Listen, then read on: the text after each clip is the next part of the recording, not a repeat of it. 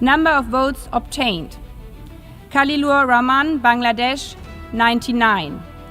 Andreas Kakouris, Cyprus, 91.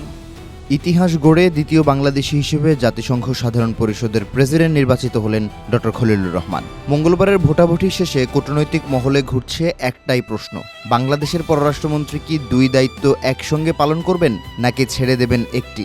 মন্ত্রিসভায় রদবদলের জোর গুঞ্জনের পাশাপাশি নতুন পররাষ্ট্রমন্ত্রী কে হচ্ছেন তা নিয়েও জল্পনা তুঙ্গে। নির্বাচনের মাত্র কয়েকদিন আগে প্রশ্নোত্তর পর্বে অংশ নেন ডক্টর খলিল।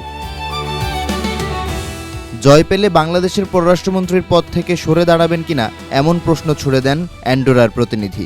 জবাবে পদত্যাগের কথা সরাসরি উড়িয়ে দেন বাংলাদেশের পররাষ্ট্রমন্ত্রী। দাবি করেন পূর্ণকালীন সভাপতির দায়িত্ব পালনের জন্য 1 বছরের অব্যাহতি দেওয়ার আশ্বাস দিয়েছেন প্রধানমন্ত্রী তারেক রহমান। ফলে পদত্যাগই একমাত্র পথ নয়, বরং এ সময়টুকু ছুটিতে যেতে পারেন তিনি। এই পরিকল্পনা বাস্তবায়ন হলে পররাষ্ট্র মন্ত্রণালয়ের চলমান দায়িত্ব স্বাভাবিকভাবে প্রতিমন্ত্রীর ওপর চলে আসতে পারে। এ প্রসঙ্গে প্রতিমন্ত্রী শামা ওবায়েদকে জিজ্ঞেস করা হলে তিনি জানান, প্রধানমন্ত্রী ও পররাষ্ট্রমন্ত্রীর সিদ্ধান্তে পরবর্তী প্রক্রিয়া সম্পন্ন হবে। জাতিসংঘ সাধারণ পরিষদের সভাপতি পদে বাংলাদেশের বিজয়কে বিএনপির ধারাবাহিক পররাষ্ট্রনীতির একটি সাফল্য হিসেবে উল্লেখ করেন তিনি। পূর্ণকালীন সভাপতি হলেও বাংলাদেশের পররাষ্ট্রমন্ত্রীর দায়িত্ব পালনে ডক্টর খলিলুর রহমানের কোনো বাধা নেই। ৭৬তম অধিবেশনের সভাপতি ছিলেন মালদ্বীপের আবদুল্লাহ শহীদ। দেশের পররাষ্ট্র মন্ত্রণালয়ের পাশাপাশি জাতিসংঘ সাধারণ পরিষদের দায়িত্ব একসঙ্গে সামলেছিলেন তিনি।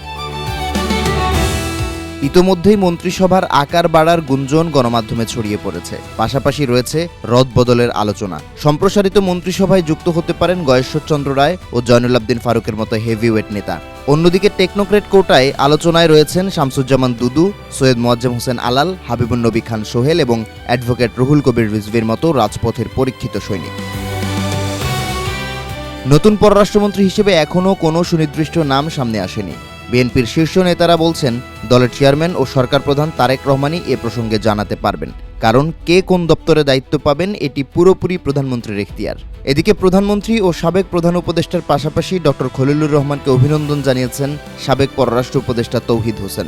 এ সময় তিনি আরও বলেন, কি ঘটতে যাচ্ছে তা বোঝা যাবে আগামী 15 দিনের মধ্যে।